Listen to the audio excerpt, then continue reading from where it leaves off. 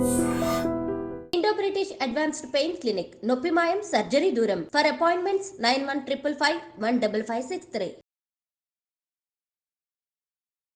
Hi hello నమస్తే, welcome back to iDream media. జనరల్గా సొసైటీలో అన్సాల్వ్డ్ ప్రాబ్లమ్స్ అనేవి ఉంటాయి. ఇండియాలో అయితే రేప్ ఈ ఇష్యూకి ఒక సొల్యూషన్ అంటూ లేదు. ఐఏఎస్లు ఐపీఎస్లు చదివిన వాళ్ళు సైతం దీనికి సొల్యూషన్ ఇవ్వలేకపోతున్నారని చెప్పాలి. ఎన్కౌంటర్లు చేసినా ఆగడం లేదు. వాళ్ళకి శిక్షణ ఏ విధంగా మనం వాళ్ళని మలుచుకోవాలని చెప్పేసి చిన్నప్పటి నుంచి చెప్పుకుంటూ వచ్చినా మారడం లేదు. ఇలా కాదు అని చెప్పేసి వాళ్ళకి జీవిత ఖైదు వేసినా సరే వచ్చే కొద్ది గ్యాంగ్ రేపులు అనేవి జరుగుతూనే ఉన్నాయి. దీంట్లో ఎటువంటి మార్పు జరగడం లేదు. దీనికి సొల్యూషన్ లేదు. సో ఇలాంటి అన్సాల్వ్డ్ ప్రాబ్లం మరి ఒకసారి జరగడం జరిగింది. వైజాగ్లో లా స్టూడెంట్ గ్యాంగ్ రేప్ పై విశ్లేషణ అనేది మన అనలిస్ట్ శ్రవణ్ గారితో మాట్లాడదాం. నమస్కారం సార్. సార్, ఇండియాలో అన్సాల్వ్ ప్రాబ్లమ్స్ ఆఫ్ ఇండియా అని ఫిగర్ అవుట్ చేస్తే టాప్ 1లో ఉండేది రేప్ అనే ఇష్యూ. అంటే దీనికి ఎన్కౌంటర్ అనేది ముగింపు పలకట్లు, అలాగే ఒక చిన్నప్పటి నుంచి బుక్స్లోనో లేకపోతే మన పిల్లలకు నేర్పించడం ద్వారా కూడా దానివల్ల సొల్యూషన్ రావట్లేదు అని చెప్పేసి విశ్లేషకులు చెప్తూ ఉన్నారు. ఇంకో పక్కన జీవిత ఖైదు చేస్తున్నారు కొంతమందికి, అయినా సరే వచ్చే వాళ్ళు భయపడడం లేదు. ఈ రేప్ అనేది పదే పదే రిపీట్ అవుతూనే ఉంది. 3 ఏళ్ళ పిల్లల దగ్గర నుంచి 30 ఏళ్ళ అమ్మాయిల వరకు ప్రతి వాళ్ళ మీద, ఈవెన్ 60 ఏళ్ళ వరకు కూడా జరుగుతూనే ఉంది. రీసెంట్గా వైజాగ్లో ఒక లా చదివే స్టూడెంట్ అంటేనే కాస్త వాళ్ళకి అంటే చట్టం అందరినీ భయపడుతుంది అంటారు.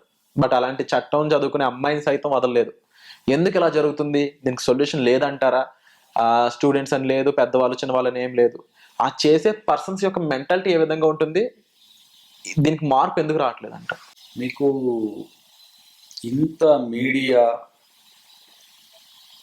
ఇంత అవైలబిలిటీ ప్రతి విషయంలో ఈ రోజున యూట్యూబ్, సామాజిక మాధ్యమాలు, ఫోన్ వీడియోస్, ప్రతిదీ ఈ జనరేషన్కి కూతవేటు దూరంలో ఉన్నాయి. ఎంత అంటే ఒక క్లిక్ దూరంలో ఉన్నాయి అన్నీ. వాళ్ళు లా స్టూడెంటా లేకపోతే బీటెక్, మెడిసిన్, ఏదైనా కానివ్వండి, ఎప్పుడైతే అమ్మాయి అబ్బాయి వాళ్ళిద్దరి మధ్య ఉన్న రిలేషన్, ఆ రిలేషన్ తర్వాత వచ్చే ఫిజికల్ రిలేషన్, అంటే వాళ్ళు సహజీవనం చేస్తున్నారా, ఓన్లీ ఫ్రెండ్షిప్లో ఉన్నారా, దాని తర్వాత వాళ్ళు పర్సనల్ రిలేషన్లోకి, ఫిజికల్ రిలేషన్లో కూడా ఎంటర్ అయినప్పుడు ఈ రోజున పేరెంట్స్ మానిటరింగ్ అనేది ఎంత ఉన్నా కానీ వాళ్ళ కళ్ళు గప్పి రిలేషన్ని నడపగలిగిన పరిస్థితులు ప్రతి ఒక్కరికి అందుబాటులో ఉన్నాయి. అమ్మాయికి అబ్బాయికి తేల్చుకోవాల్సింది అమ్మాయిలే.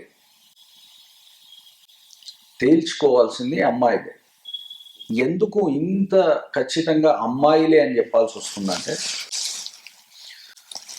మీరు అరేంజ్డ్ మ్యారేజ్ వరకు కూడా ఒక అబ్బాయిని చూడకుండా ఉండే పరిస్థితి ఇదివరకు జనరేషన్ కూడా కాదు, అంతకి ముందు జనరేషన్. అంటే తల్లిదండ్రుల పర్మిషన్తోనే ఒక అరేంజ్డ్ మ్యారేజ్ ఏదో ఎంగేజ్మెంట్ రూపంలో వస్తే కానీ అబ్బాయిని చూడని పరిస్థితి. కానీ ఈ రోజున కాలేజ్కి చేరుకోగానే, ఇంటర్మీడియట్ కాలేజ్ వరకు ఆ స్టేజ్కి చేరుకోగానే అమ్మాయిలకి అబ్బాయిలకి మాట్లాడుకునే పరిస్థితి ఉంది. వాళ్ళ మధ్య ర్యాపో ఉంటున్నది, మొబైల్స్ ఉంటున్నాయి. మొబైల్స్లో మాట్లాడుకుంటున్నప్పుడు ఎంతవరకు దాన్ని ఓన్లీ ఫ్రెండ్షిప్ వరకు ఆపగలుగుతున్నారు, ఫ్రెండ్షిప్ని దాటుకొని వాళ్ళు ఏదైనా ఫిజికల్ రిలేషన్లోకి వెళ్తున్నారా అని ఎవరు మానిటర్ చేస్తున్నారు? ఇక్కడ వెళ్తున్నప్పుడు అమ్మాయిలు కన్సెంట్ ఇచ్చినప్పుడు ఒక రకంగా, కన్సెంట్ ఇవ్వకపోతే ఒక రకంగా, అబ్బాయిల మనస్తత్వము ప్రతి సందర్భంలో ఒకే విధంగా ఉంటుంది. వాళ్ళు లవ్ని సక్సెస్ చేసుకొని రిలేషన్షిప్లో ప్రాపర్గా ఉండి మ్యారేజ్ చేసుకొని పేరెంట్స్ని కూడా ఒప్పించి, వీళ్ళంతా అమ్మాయిలు కొంతమంది ఊహించుకునే పరిస్థితులు ఇవి. కొన్ని సినిమాలలో ఉన్న వాటిని వాళ్ళకి వాళ్ళు అప్లై చేసుకోవడం పర్సనల్ లైఫ్లో. ఒక అబ్బాయిని లవ్ చేస్తే ఇట్లా ఉండొచ్చు, ఉంటుందేమో అనే పరిస్థితులు, వాట్లల్లో నుంచి వస్తున్న ఫెయిల్యూర్సే ఇవన్నీ. లా స్టూడెంట్స్ జనరల్గా వాళ్ళు లా చేస్తున్నప్పుడే నేను ఒక ప్రైవేట్ పర్సన్ కోసమో లేకపోతే పబ్లిక్ కాజ్ కోసమో రేపు పొద్దున కొట్లాడాల్సి వస్తుంది, కొట్లాడాలి అని వాళ్ళ ఇంట్లో ఉన్న అడ్వకేట్స్నో వేరే వాళ్ళను ఇన్స్పిరేషన్గా తీసుకొని they want to become advocate. అటువంటి లా కోర్స్ చేస్తున్నప్పుడు కూడా ఇంత అఘాయిత్యం జరుగుతున్నదంటే అక్కడ అమ్మాయి తప్ప అబ్బాయి తప్ప అనే కంటే మనకు కనబడుతున్న విషయం అయితే సామూహిక అత్యాచారము, గ్యాంగ్ రేప్ అన్నప్పుడు మాత్రం ఖచ్చితంగా అబ్బాయి వైపే వేళ్ళు చూపిస్తాం మనం.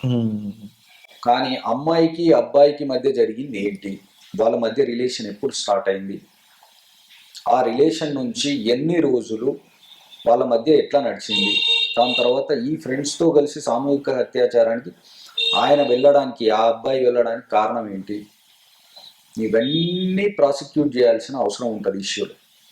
కానీ ఒక్కటి మాత్రం చెప్పాల్సింది, అమ్మాయిలు కాలేజీల్లో కానీ స్కూల్స్లో కానీ 100% మనము ఎన్ని జనరేషన్స్ ఎంత అధునాతనంగా ఉన్నా, టెక్నికల్గా ఎంత ఫాస్ట్ ఫార్వర్డ్లో ఉన్నా, సోషల్ ప్లాట్ఫామ్స్లో ఎంత యాక్టివ్గా ఉన్నా ప్రమాదము మనకు చెప్పి రాదు. పేరెంట్స్ ఆ ప్రమాదాన్ని ఊహించలేరు.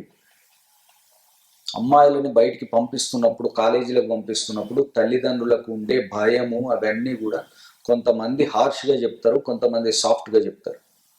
కానీ ఖచ్చితంగా పేరెంట్స్ అమ్మాయికి చెప్పుకోవాల్సిన ఒకే ఒక్క విషయము, బయట ఉండే లైంగిక వేధింపులు లేకపోతే ఫ్రెండ్షిప్ అనే లైన్ ఎక్కడి వరకు ఉంటుంది, అబ్బాయిలతో ఫ్రెండ్షిప్ అంటే మాట్లాడడం అంటే స్థాయి ఎక్కడి వరకు, దాని హద్దులు ఎక్కడి వరకు, అవి దాటుకున్న తర్వాత ఎట్లా పోతాయి, ఇవి ఖచ్చితంగా ప్రతి పేరెంట్ చెప్పాల్సింది.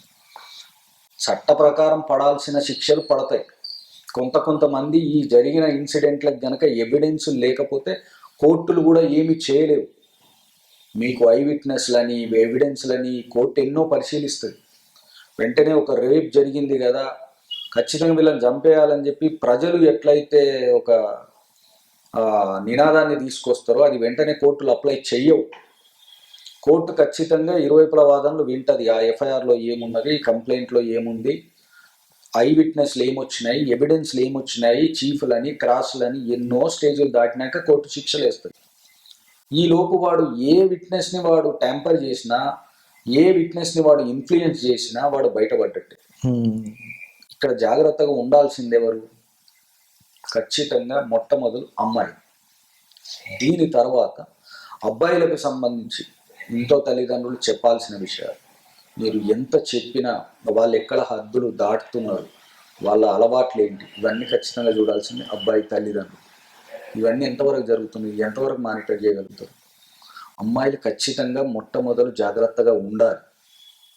మనం అనుకుంటాం ఈ అర్ధరాత్రి స్వాతంత్రం, లేకపోతే ఆడపిల్లలు సమానం, అబ్బాయిలతో సమానం, అన్ని రంగాల్లో దూసుకుపోతున్నాం మనం అనుకుంటాం. ఇవన్నీ నిజమే. టెక్నికల్గా ప్రతి రంగంలో దూసుకుపోతున్నాం. కానీ ఒక్క జంతువు లాంటి అబ్బాయో లేకపోతే మృగం లాంటి అబ్బాయితో స్నేహం అనుకోకుండా నీ విధి రాత బాగా లేక గనక జరిగితే తర్వాత నీ తల్లిదండ్రులు దానికి రెస్పాన్సిబుల్ కారు. వాళ్ళు నిన్ను కాపాడుకోలేరు. ఏ పోలీస్ వ్యవస్థ ఎవరు కాపాడలేరు. ఇందులో పడాల్సిన శిక్షలు చట్ట ప్రకారం ఎట్లా పడతాయి. ఈ రోజున ఇది హాట్ టాపిక్ కాబట్టి మనం చర్చించుకుంటాం, వదిలేస్తాం.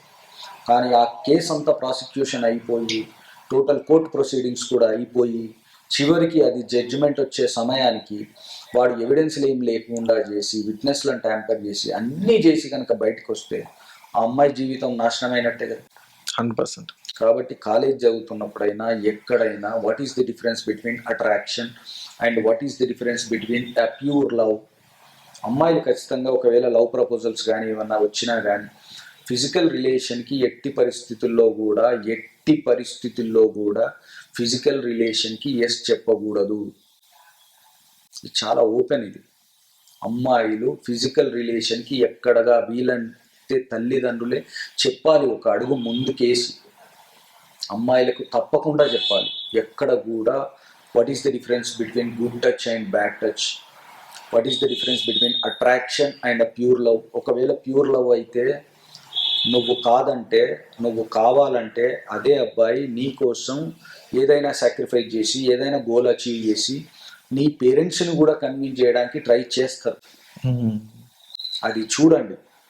అవసరమైతే మీ పేరెంట్స్ని కన్విన్స్ చేశారా, ఆయనకి సరైన కంపోజ్డ్ లైఫ్ ఉందా, సెల్ఫ్గా కష్టపడుతున్నాడా, లేకపోతే వాళ్ళ తల్లిదండ్రులు సెటిల్ అయి ఉన్నారా, ఆయనకున్న ఆదాయ మార్గాలు ఏంటి, అసలు ఒకవేళ లవ్ మ్యారేజ్ అని మీ దగ్గరికి ప్రపోజల్ వస్తే నిన్ను పోషించగలడా, లేకపోతే ఎటువంటి తన లైఫ్ స్టైల్ని మొత్తం అవగతం చేసుకొని ఏది చెప్పకుండా తను నీ తల్లిదండ్రులకు దగ్గరికి వచ్చి కూడా కంప్లీట్గా ఒప్పిస్తాడా లేదా, ఇటువంటి ప్రతి అంశాన్ని పరిగణలోకి తీసుకోండి. ఫిజికల్ రిలేషన్కి నో చెప్పండి. ముందు అసలు రిలేషన్ అనేదే అవసరం లేదు. You can be a friend. నీకు కాలేజీలో ఉండే చిన్న చిన్న అవసరాలు కానీ, లేకపోతే కాలేజీలో ఉండే నీ గర్ల్ ఫ్రెండ్స్ ఉంటారు, దాన్ని దాటుకొని కూడా ఏదైనా అవసరం ఉన్నప్పుడు బాయ్ ఫ్రెండ్స్ ఉంటారు, మాట్లాడతారు. మీ నోట్స్ ఎక్స్చేంజ్ చేసుకోవడము, వ్యూస్ ఎక్స్చేంజ్ చేసుకోవడము, కెరీర్ గురించి మాట్లాడుకోవడము, these are all fine up to the extent. ఆడవాళ్ళు మగవాళ్ళు అంతా గ్రూప్గా ఫ్రెండ్స్ ఉంటారు, మీ వ్యూస్ ఎక్స్చేంజ్ చేసుకోండి, కెరీర్ గురించి ఎక్స్చేంజ్ చేసుకోండి. లేదు మీరు అట్రాక్ట్ అయ్యారు, అప్పుడున్న ఏదో ఆ ఏజ్, ఆ హార్మోనల్ బ్యాలెన్సెస్తో మీరు అట్రాక్ట్ అయ్యారు, అబ్బాయి అమ్మాయికి, అమ్మాయి అబ్బాయికి. అది సస్టైన్ అవుతుందా లేదా చూసుకోండి. ఎన్ని సంవత్సరాలు సస్టైన్ అవుతుంది, కన్సిస్టెంట్గా ఉందా లేదా, ఒక 6 monthsకే ఆ రిలేషన్ బ్రేక్ అవుతుందా, అట్రాక్షన్ లేదా, 1 year ఉందా, 2 years ఉందా, అంటే టైమ్లెస్ అట్రాక్షన్ ఉందా, అంటే కంప్లీట్ టైం అనేది లేకుండా ఒకరి పట్ల ఒకరికి అదే అట్రాక్షన్ ఉందా, అది లవ్వా, ఇవన్నీ ఒకసారి మీకు మీరే విశ్లేషణ చేసుకోండి. అమ్మాయిలు కూడా చేసుకొని అప్పుడు తల్లిదండ్రుల దగ్గరికి వెళ్తే ఇవి నిలుస్తాయి. ఇవి కాకుండా టెంపరీ అట్రాక్షన్స్, వెంటనే ఫిజికల్ రిలేషన్స్లోకి వెళ్ళిపోవడం, ఫిజికల్ రిలేషన్కి నో చెప్తే వాడు మృగంలాగా మారడం, ఫ్రెండ్స్ని వేసుకొని వచ్చి ఎక్కడికో తీసుకుపోయి అత్యాచారం, ఇవన్నీ తల్లిదండ్రులకు పెద్ద పెద్ద చేదు అనుభవాలు. కొంతమంది తల్లిదండ్రులు ఇంకా జీవితంలో వాళ్ళు మనుషులుగా బతకలేని స్థితికి వెళ్ళిపోతారు. కాబట్టి అమ్మాయిలు తగు జాగ్రత్తలు ఉండాలి ఖచ్చితంగా. తర్వాత అబ్బాయిలకు సంబంధించి వాళ్ళ తల్లిదండ్రులు కూడా ఖచ్చితంగా జాగ్రత్తలు చెప్పాల్సిందే. తప్పకుండా ఇలాంటి విషయాల్లో మీరు చెప్పిన విధంగా సెల్ఫ్ కేర్ అనేది చాలా ఇంపార్టెంట్. ఆ సెల్ఫ్ కేర్ అనేది అమ్మాయి ఉండొచ్చు, అబ్బాయి ఉండొచ్చు. మన ప్రవర్తన ఏంటి, మన ఆలోచన ఏంటి, మనం ఎలాంటి విధంగా మారుతున్నాము, మనకు జరిగే నష్టం ఏంటి, మన వాళ్ళకి జరిగే నష్టం ఏంటి, ఇవన్నీ కూడా క్యాలిక్యులేషన్స్ అనేది చాలా ఇంపార్టెంట్. తప్పకుండా ఇటువంటి విశ్లేషణ మాకు ఇచ్చిన thank you so much sir.